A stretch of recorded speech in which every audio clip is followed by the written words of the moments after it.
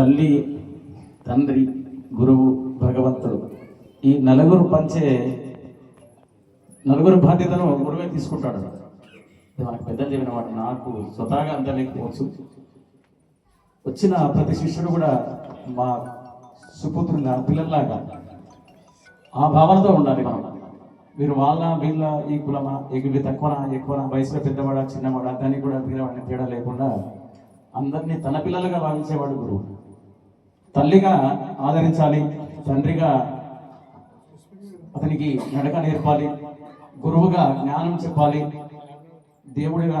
దేవుడిలాగా ఆశీర్వదించాలి. అన్ని లక్షణాలు గురువులో కలిగి ఉంటాయని పెద్దలు చెప్తుంటారు. అటువంటి లక్షణాలు ఎవరైనా అతడి గురువులకు ఉంటే వారికి పాదాభివందనాలు అనుకున్నాను. అది అటువంటిది ఆ శక్తి నాకు రావాలని చెప్పి నేను భగవంతుడికి కోరుకునేది ఒకటే.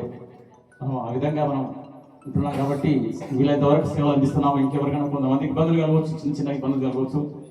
మరి అందరు నాతో సహకరిస్తున్నారు. 160 మంది ఉన్నారంటే నేను ఒక్క చేసేదేం కాదు, అందరూ సహకరిస్తున్నారు కాబట్టి నాతో ఉండే వాళ్ళు అందరూ సహకరిస్తున్నారు కాబట్టి నేను విజయవంతంగా ఈ యొక్క 160 మంది కాదు ఇంకా 200 మంది పైన కూడా నేను నిర్వహించగలుగుతానని అనుకుంటున్నాను. నేను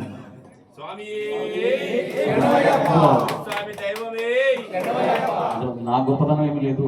అందరూ ఉన్నారు, మానసంలాంటి కానీ మిగతా నాయపడి చాలా మంది ఉన్నారు. కనపడకపోవచ్చు, ముందు కనపడవచ్చు, కానీ ఇంకా సహకరించే వాళ్ళు అందరూ చాలా మంది ఉన్నారు. వాళ్ళు లేదు, నేను లేదు. శిష్యులు లేదు, గురువు లేడు. శిష్యులు కూడా ఉండాలి. శిష్యులు లేకపోతే గురువు అనిపించుకోవాలి. కొంతమంది శిష్యులు ఉంటేనే అతను గురువు అవుతాడు. అందుకని అందరూ ఉన్నారు కాబట్టి నేను చేయగలుగుతున్నాను. అదే సందర్భంగా రాష్ట్ర అధ్యక్షునిగా ఎన్నికైనటువంటి అయ్యప్ప దీక్ష ప్రచార సమితి అధ్యక్షులుగా రాష్ట్ర అధ్యక్షులుగా ఎన్నికైనందుకు సీమ నరేందర్ గారికి శబరీశ భక్త బృందం తరపున శుభాభినందనలు తెలియజేస్తున్నాను. సార్ స్వామి స్వామి స్వామి ఇంతవరకు కూడా నా చిన్ననాటి